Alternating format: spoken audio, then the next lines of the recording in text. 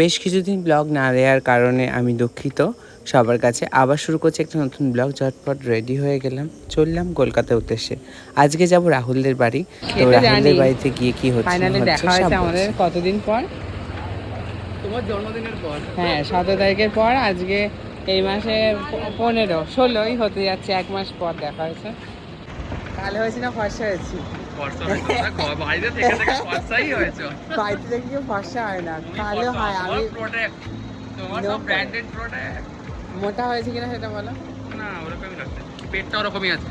পেটটা তো ওরকমই থাকবে গাইস, এই যে আমার ভরি।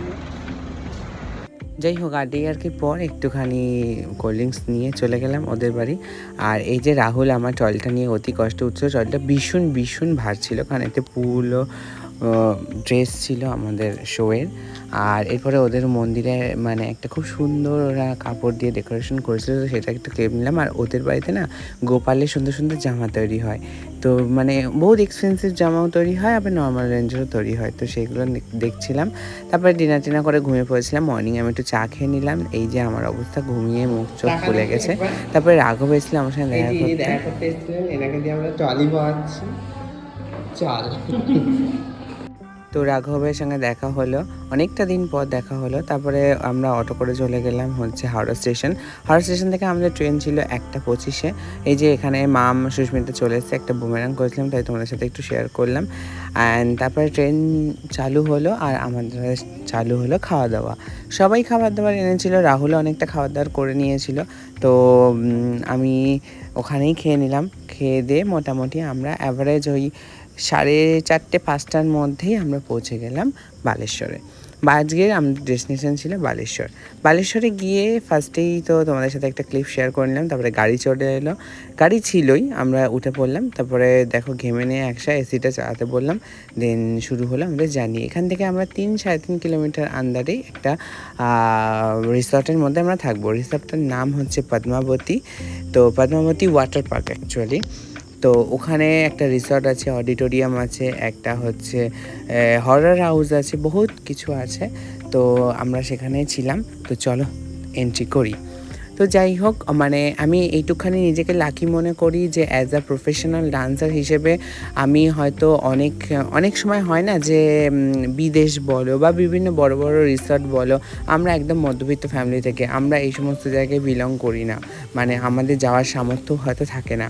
তো সেখানে আমরা ফ্রি অফ কস্টে থাকা খাওয়া প্রোগ্রাম করা আরও ঘোরাঘুরি এনজয়মেন্ট পাই। তো সেই জন্য আমি অন্তত নিজেকে মনে করবো যে অনেকটাই লাকি। তো যাই হোক, এইভাবে আমরা আমাদের যেখানে স্টেইং ছিল সেই স্টেইংয়ের জায়গায় আমরা চলে গেলাম।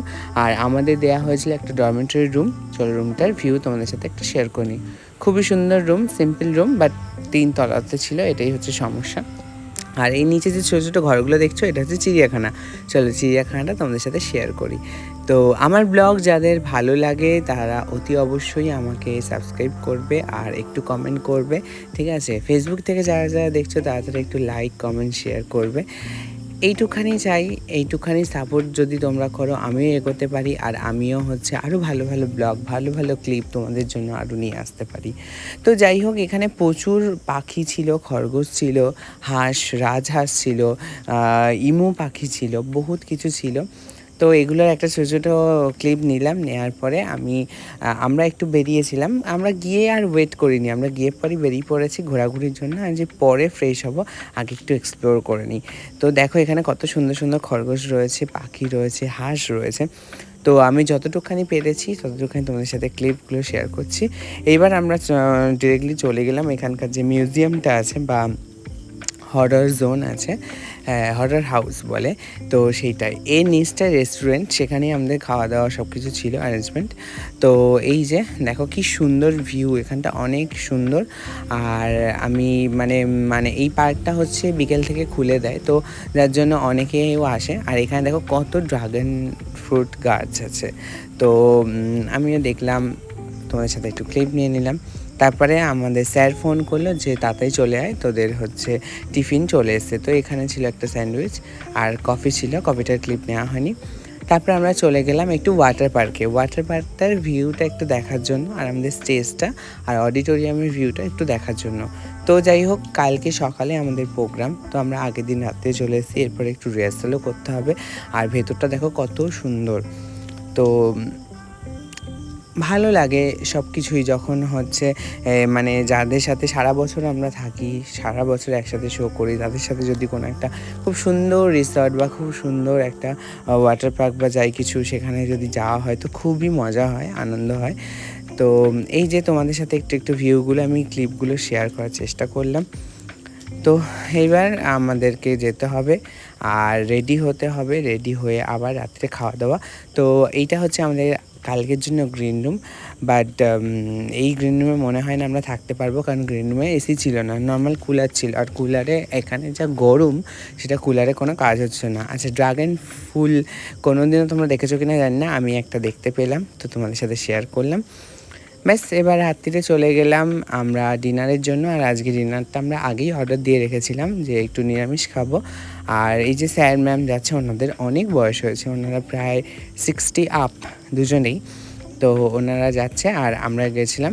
তো এখানে আমরা নিয়ে নিয়েছিলাম ভাত, ডাল, সবজি আর একটা ভাজা টাইপস কিছু ছিল এই। তো নেক্সট ডে মর্নিং হয়ে গেল, মর্নিংয়ে চা খেয়ে মেকআপ করে নিয়েছি মোটামুটি ওভারঅল ওই 8:30টার মধ্যে। তারপরে আমরা এখন ব্রেকফাস্টের জন্য যাচ্ছি। তো ব্রেকফাস্টে যাওয়ার সময় যে একটু লাইভ করেছিলাম, সেই লাইভগুলো আমার ফেসবুকে তোমরা দেখতে পাবে। তারপরে ড্রেসপত্র পরে আমরা রেডি হয়ে গেলাম এবং অডিটোরিয়ামের দিকে যাব। তো চলো অডিটোরিয়ামে যাব, আর আমরা আমাদের বিল্ডিং থেকে নেমে পড়লাম। এই যে এখানে সবাই যাচ্ছে, হেঁটে হেঁটেই যাচ্ছি, মানে পাশেই, মানে একটা রিসর্টের মধ্যেই এপাশ ওপাশ এরকম জায়গায় সব কিছু জিনিসপত্রগুলো। তো সেই জন্য চলো এখন এই বেরিয়ে পড়লাম অ্যান্ড অলমোস্ট চলে এলাম। এইখানটা হচ্ছে বাইরের ভিউটা। তো আমরা এখন পারফর্মের জন্য যাচ্ছি, পারফর্ম করলাম। প্রথম দিনে পারফরমেন্স খুব ভালো গেল। তারপরে সেকেন্ড একটা পারফরমেন্সে কস্টিউম পরে বসেছিলাম রুমে, আর রুমে দেখো 16 টেম্পারেচারেও চলছে এসি, তাও ঠান্ডা হচ্ছে না। তারপর একটু কফি নিয়ে নিয়েছিলাম, পরপর কয়েকটা ড্রেস আপ চেঞ্জ ছিল। আর এখন এইভাবেই ড্রেস আপ করি আমরা আবার রেস্টুরেন্টটাতে যাচ্ছি খাবারের জন্য, কারণ লাঞ্চটা না হলে স্কিপ হয়ে যাবে। আর এখানে ফুডিং কোনো জায়গায় অ্যালাউ ছিল না, মানে অ্যাভেলেবেল। এখানে যা কিছু খাওয়ার ছিল সবটাই হচ্ছে রেস্টুরেন্টে গিয়ে খেয়ে আসতে হবে। ওরা গাড়ি দিয়ে দিচ্ছিলো। তো এইখানে ওরা বিরিয়ানি অর্ডার করে দিয়েছিল, মুরাদাবাদ বিরিয়ানি। ব্যাস, এই আজকের মতন প্যাকআপ, টাটা। দেখা হবে আবার একটা নতুন ব্লগে। ঘরে এসে ফ্রেশ হলাম, নিয়ে নিলাম একটু কফি। তো এই এখন চলছে ব্ল্যাক কফি। তো আজকে ব্লগটা এই অবধি। সবাই ভালো থাকবে, সুস্থ থাকবে, অনেক জানি আবার একটা নতুন ব্লগে। আর বেশ কিছুদিন ব্লগ না দেওয়ার জন্য অনেক অনেক সরি। আবারও চেষ্টা করব কিছু কন্টিনিউ ব্লগ দেওয়ার জন্য। তো টাটা।